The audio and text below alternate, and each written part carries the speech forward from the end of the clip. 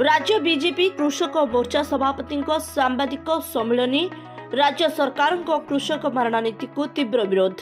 राज्य भारतीय जनता पार्टी कृषक मोर्चा सभापति महेश्वर साहू आज करंजिया डाक बंगला एक सांबादिक सम्मेलन जरिए राज्य सरकार कृषक मारणा नीति को तीव्र विरोध कर निजर असंतोष जाहिर करथिले।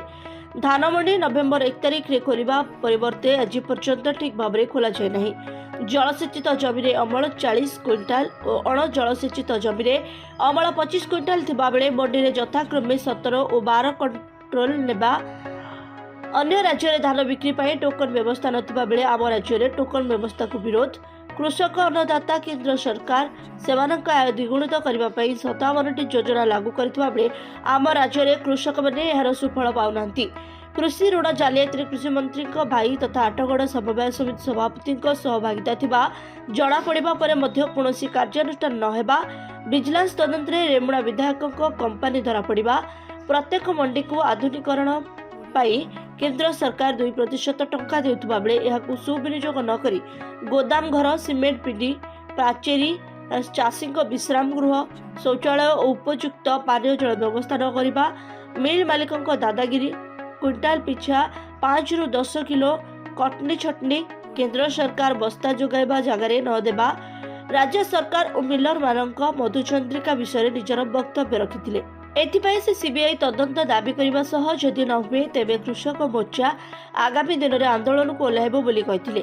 ए कार्यक्रम में पूर्वतन विधायक पद्मचरण हाइब्रू पश्चिम मयूरभंज जिला सभापति कृपासिंधु महांत कृषक मोर्चा सभापति मदनमोहन महांत नगर मंडल सभापति महेश्वर साहा ग्रामीण मंडल सभापति देवेंद्र महांत जिला संपादक विमल सेनापति और सुनामणि हो कृषक मोर्चा जिला प्रभारी श्रीधर साहू सारंगगढ़ समिति सभ्या जमुना नायक जुगल किशोर नायक प्रशांत मिश्र मनोज महंत वासुदेव बसा पुष्पांजलि सिद्धू लक्ष्मी झा रंजिता महंत ज्योत्नाराणी महंत झरणा पृष्टि विमल सेनापति चिन्मय पलई मुरलीधर बारिक नूतन भाव मनोनीत होइथिबा 10 जन मंडल सभापति उपस्थित रहिथिले।